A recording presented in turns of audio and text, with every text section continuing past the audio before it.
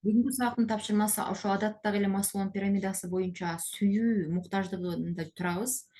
Демек, балдарыбыздын ката кетирүүсүнө уруксат беришибиз керек экен. Адам жашоодо ката кетирүү аркылуу жаңы тажрыйбаларга, опыттарга ээ болот. Ката кетирүү бул эң жакшы нерсе. Качан адам ката кетирбейт? Эч нерсе кылбаганда, жасабаганда гана. Биринчи класста бала китепти окуш үчүн миллион жолу ката кетирип анан окуйт, бала тамтуң баскан бала миллион жолу жыгылып атып туура мындай басканды үйрөнөт. Ошол сыңары ката кетүү бул биздин жашообуздун өнүгүү тепкичтери деп түшүнсөк болот экен да. Демек, балдарды дагы ката кетирген үчүн урушуп жатып калбай, эми мындан эмне сабак алдың деп уруксат беришибиз керек экен. Мисалы үчүн бала 2 алып келсе, же болбосо бир ишти туура эмес бизге жакпагандай кылса, аны жемелеп урушуп жатып калбай, ал эми ушул экиңди кантип жоесуң?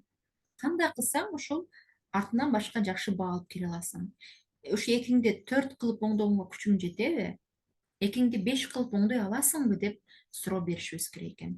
Ошондой эле мисалы үчүн балага бүгүн бир минус дейт, бир урушуу берсек, баланы бир жолу сындап алдыкпы же урушуп алдыкпы, артынан сөзсүз түрдө макташыбыз керек экен. Бир минус абал жараттыкпы, сөзсүз плюс абал жаратышыбыз керек экен.